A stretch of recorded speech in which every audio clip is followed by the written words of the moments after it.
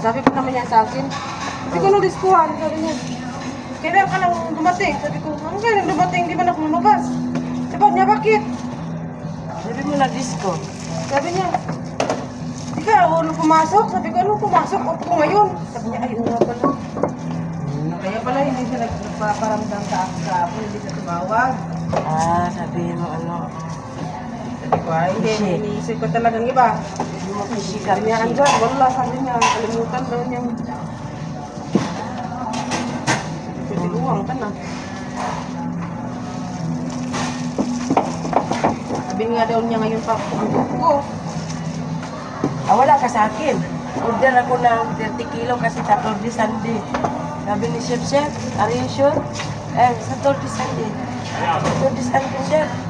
No. Ah, tatlo mo na singongo. Ay, sino nga yun? So, sabi niya, talaga bang ano, balik na naman si... Magkano bang kare na in-order mo? 15 lang. 15 ba? Kasi di ba nag-25 ako mo sa araw. Ay, hindi na ubos. Friday man ngayon. Akala ko sa Saturday.